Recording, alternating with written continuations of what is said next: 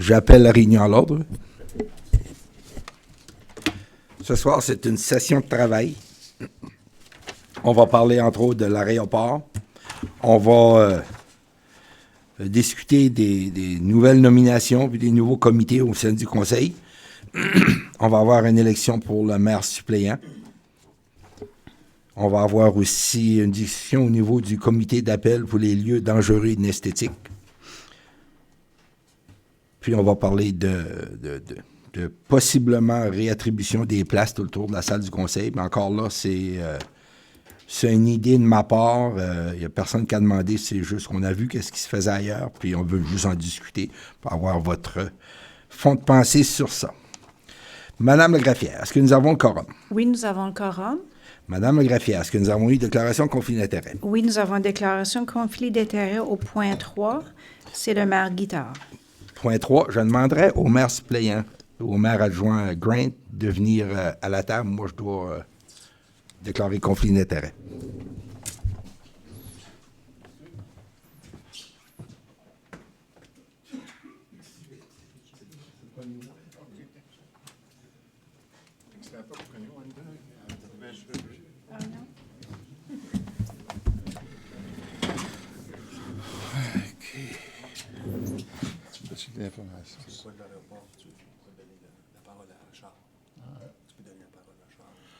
OK. Bonsoir tout le monde. C'est le point 3, l'aéroport de Bathurst. Je vais passer la parole au conseiller Doucette. Oui, bonsoir tout le monde. Ça a été apporté à la table ce soir parce que ça a été voté à la CSR pour la demande de l'aéroport de Bathurst pour aider à... C'est pour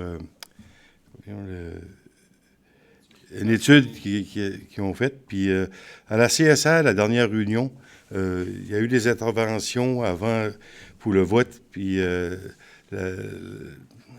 dirais, les représentants de la ville de Bathurst étaient assis sur l'opposition, puis en allant avec le vote d'aller contre. Moi puis le maire Guittard, il s'est mis en conflit d'intérêt, puis il y avait moi puis le maire de Belledune.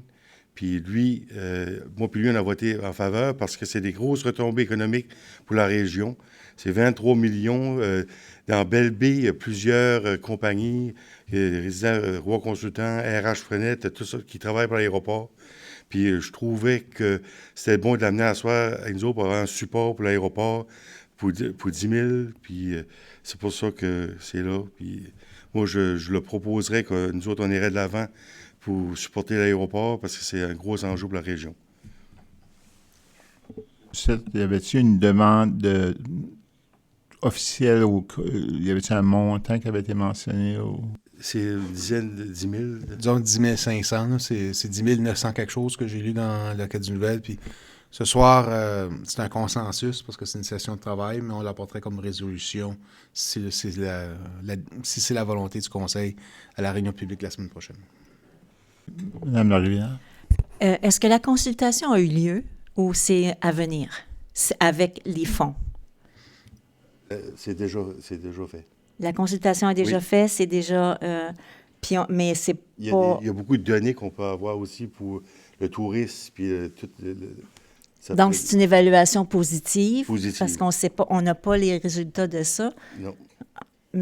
On peut les avoir. Oui, on peut les avoir. Si, comme je le dis, si on participe à cette étude-là, on peut facilement l'avoir. Ben, c'est si on ne participe pas, c'est les autres partager des choses sans qu'on a participé, ça peut être plus difficile. Là, on parle de participer financièrement, parce que participer, c'est déjà fait, conclu. Oui, c'est déjà fait. Ben, c'est juste comme je vois mal qui partagerait les informations si que nous autres, on ne donne pas un coup de main. Mais pour prendre une décision de voir si on va aller de l'avant avec ce paiement-là, ça serait intéressant de savoir que c'est des résultats positifs. Oui.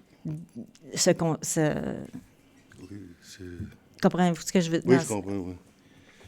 De ce que je comprends du dossier, c'était une évaluation de retombées économiques. Puis l'aéroport a demandé, au lieu d'aller à chacun des entités qui sont incluses dans la CSR, c'était d'aller directement à la CSR pour demander un montant de 10 500 pour les aider financièrement parce qu'ils sont... ils n'ont plus de DG, ils ont des défis. Puis c'est pour préparer le terrain pour aller chercher d'autres partenaires, et ainsi de suite. Donc, la demande a été refusée à la CSR. On l'a ajouté à l'ordre du jour à la demande du conseiller Doucette pour est-ce que nous, on donne le message à la communauté que l'aéroport est important pour nous, puis c'est aussi un message qu'on donne aux voisins, Restigouche et Péninsule, C'était ça ma que question. si Chaleur ne contribue pas à une étude, puis que dans 5 ans, il y a encore un besoin d'aller chercher de l'aide, comme l'année passée, on avait contribué à 30 000. Belle B, Batter 50, Belle Dune 10. Ben, c'est un drôle de message de lancer aux voisins que si jamais il y a encore cette demande-là, ben, que les autres contribuent, puis si Chaleur ne contribue pas, même son aéroport. Surtout que l'aéroport est situé dans la région de Bathurst. Puis, est-ce que la péninsule acadienne a été approchée? Je ne sais pas. Ben, ce que je sais, c'est que ça envoie un message clair à nos populations qu'on veut travailler régional, puis que même si c'est nos voisins, ça fait partie de la région. Je n'ai pas ces détails-là. Tu pourrais demander à M. Guittard, Alain, si on aurait ces détails-là. Ben, moi, je pense que c'est important, dans mon point de vue, que j'ai vu la discussion, que ça serait un gros... Le montant n'est pas assez gros, je pense, pour faire... Puis ça montrait qu'on veut collaborer. Merci. OK. M. Frenette? Ce comité-là ou cette demande-là, ça a été fait quand? L'année passée, c'était-tu avec les fonds qu'on avait permis l'année passée, là? Le 30 000 qu'on avait donné, c'est pas en rapport avec ça. Non, c'est pas rapport avec ça, c'est une nouvelle demande. Parce que l'étude a été faite, c'était comme au point de vue provincial. La demande a été demandée par qui? Par le comité d'aéroport. Le comité d'aéroport. Oui. OK. Merci. Puis, si je peux ajouter, je m'excuse. Ça a Oui. été refusé hier. Hein? Ça a été refusé la semaine Mercredi, je veux dire. Mercredi passé. Oui, mercredi passé. Pas hier. Hier, je l'ai lu. OK. OK. D'autres questions? OK.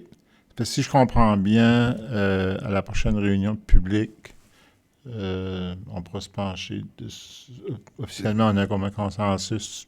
Il y a consensus. Oui, OK. OK. Et la prochaine réunion publique, ben, on aura ça sur l'agenda, puis on pourra voter. OK, merci beaucoup.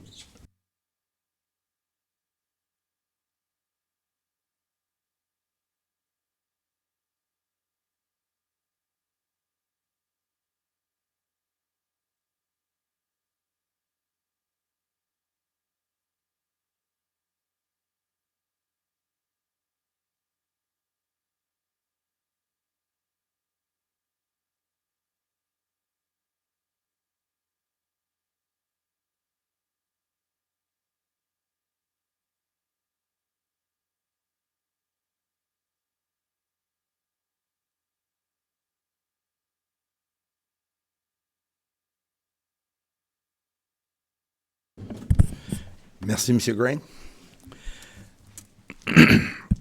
Numéro 4, proposition du comité du conseil municipal de Belle-Baie. Vous avez tous reçu le document par courriel. Il y a toujours 2 positions de disponibles à ce moment-ci. Si je ne me trompe pas, il y aurait l'écomarché. On aurait besoin d'un autre élu avec M. Grain. Puis, on a les bassins versants. Est-ce que... Il y aurait communauté française d'accueil là, qui pourrait avoir une autre personne, là. Puis politique culturelle aussi, là, qui pourrait avoir un autre élu. Là. On a respecté vos choix, sauf j'ai ajouté le conseiller Olivier sur surveillance financière parce que vous aviez un intérêt. J'ai dit, si vous faire partie du comité, vous aurez les détails. Et le comité de ressources humaines, j'avais ajouté la conseillère Noël pour avoir 3 personnes. Donc, on va commencer avec les commentaires, les questions. Je vais aller avec le conseiller Dillac. Après ça, je vais aller avec le conseiller Frenette. Merci, Monsieur le maire. C'est juste pour amener une correction. Le nom de communauté française d'accueil, CFA, c'est communauté francophone accueillante. C'est ça le vrai nom du comité. Là. Communauté francophone accueillante. C'est tout, merci. Gaston. Moi, sur la politique culturelle, je siégeais déjà dessus, fait que je sais pas. J'avais mentionné que je suis intéressé à continuer ce que je faisais, mais si il y a quelqu'un d'autre qui veut prendre la place, mais quand tu commences comme ça une politique ou whatever, on a déjà travaillé dessus un peu. Là, tu embarques quelqu'un d'autre qui sait tout à nouveau, je pense que je serais prêt à continuer. Là. On avait besoin d'un siège, d'une personne de plus, c'est juste une mésentente, on va mettre ton nom. C'est beau. Puis je serais intéressé à siéger avec Olivier sur Le CFA, ouais, la CFA. la communauté francophone accueillante.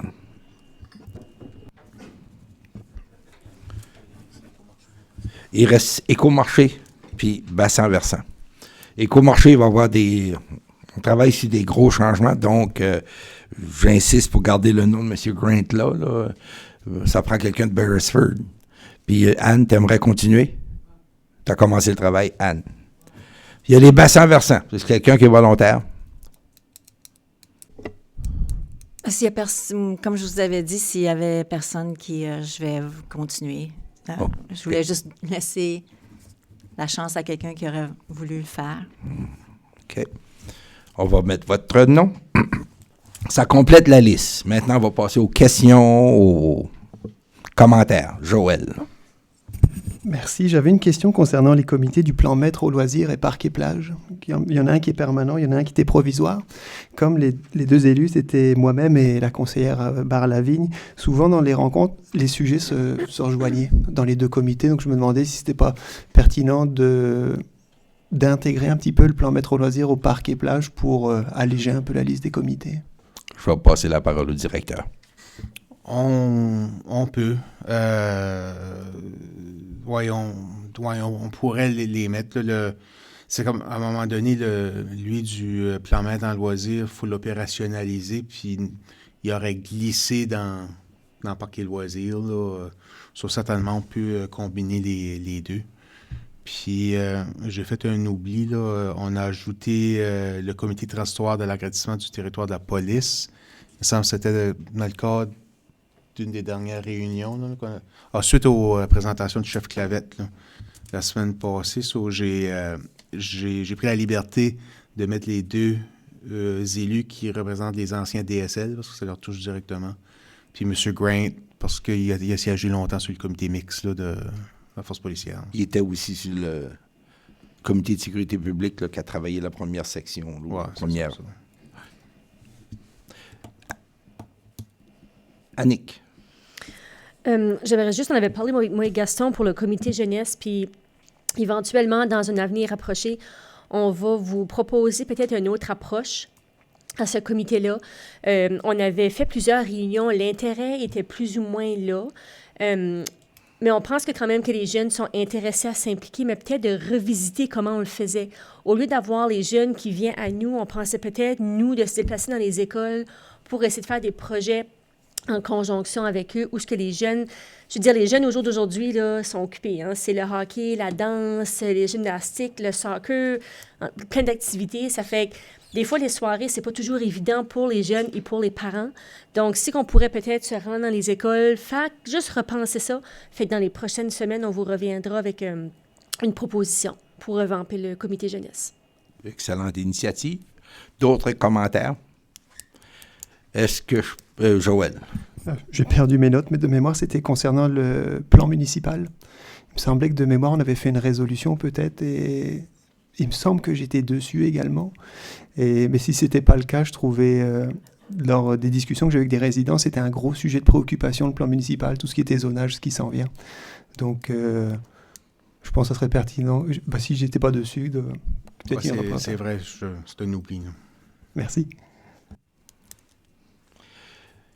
Donc, la semaine prochaine, on pourra amener ça en bloc, puis on aura une résolution pour l'ensemble des comités. Puis s'il y a des changements, ça serait bien d'aviser ces organismes-là de la nouvelle représentation, s'il y a une nouvelle représentation. Point numéro 5. Choix du maire suppléant. Madame Larivière. Je désire retirer mon nom. Alors, conseiller Olivier, Joël Olivier, a tout mon appui. Merci. Donc, à moins qu'on aurait reçu... est-ce qu'il y aurait, là, avant de conclure, je vais demander à 3 reprises s'il y a des nominations du plancher. S'il y a une personne qui est intéressée ou si vous pensez à quelqu'un, vous le nommez, je demanderai à cette personne-là si elle veut garder son nom sur la liste ou pas. Je vais le faire à 3 reprises. Puis, s'il n'y a pas de nomination, on aura le conseiller Olivier. Fait, est-ce qu'il y a des nominations qui nous viendraient du plancher? Est-ce qu'il y a des nominations qui nous viendraient du plancher? Dernière fois, est-ce qu'il y a des nominations qui nous viendraient du plancher? Monsieur Olivier, félicitations. Je peux dire un mot? Un mot, oui. Non, mais juste 30 minutes. C'était pas... je suis très touché par ça. Puis je trouve que c'est une très belle mission d'être au conseil municipal depuis l'élection. Et puis je veux montrer par ça que c'est accessible à tout le monde. C'est du travail, c'est un investissement qu'on peut donner pour sa communauté. Je suis très fier de redonner à la communauté qui m'a accueilli il y a plusieurs années de ça. Donc je m'efforçais de travailler fort pour la prochaine année, de compléter ce rôle et de servir au mieux pour le territoire au complet. Même si j'ai été élu pour un quartier, je pense que c'est pour la grande cause de la municipalité. Donc je suis très fier de ça. Merci.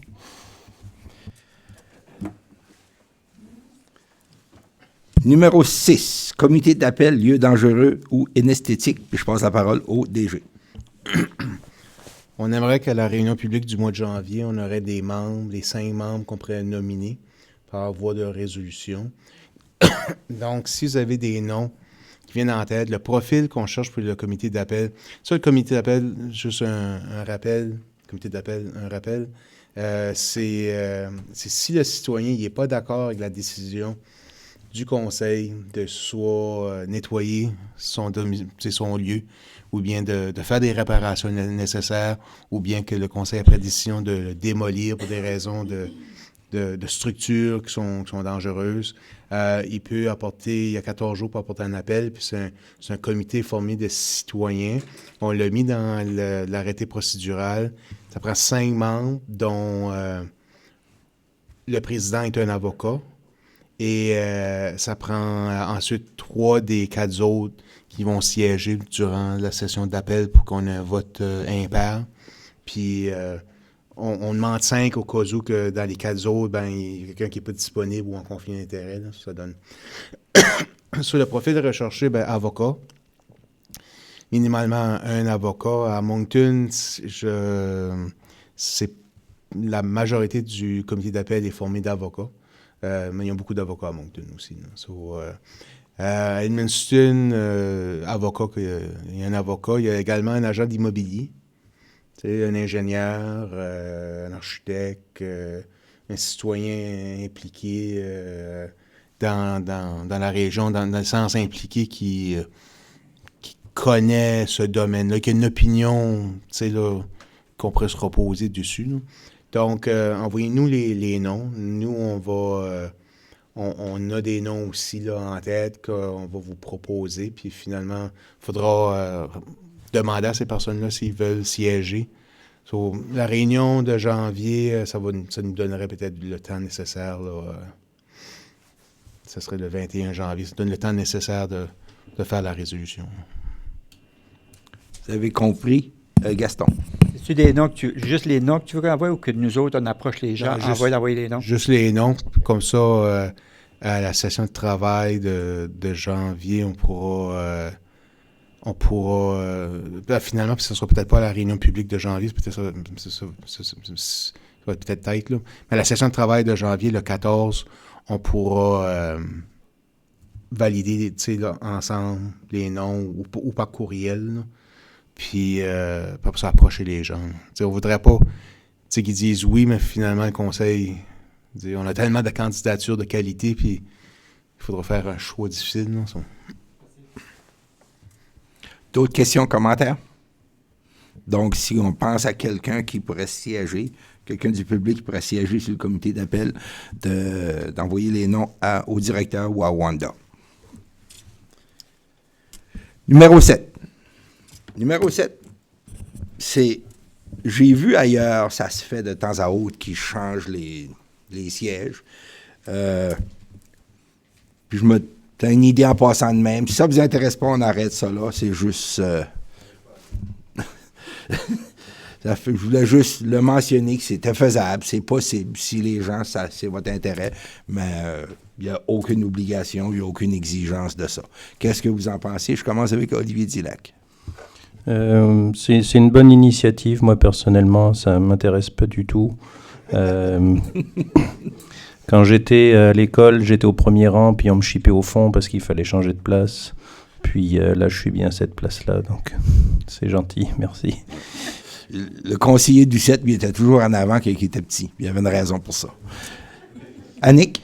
Moi, je partage l'opinion de M. Dillac, là. Ça fait, moi, je suis correct. Est-ce qu'on a un consensus avec ça? Parfait. Point 8.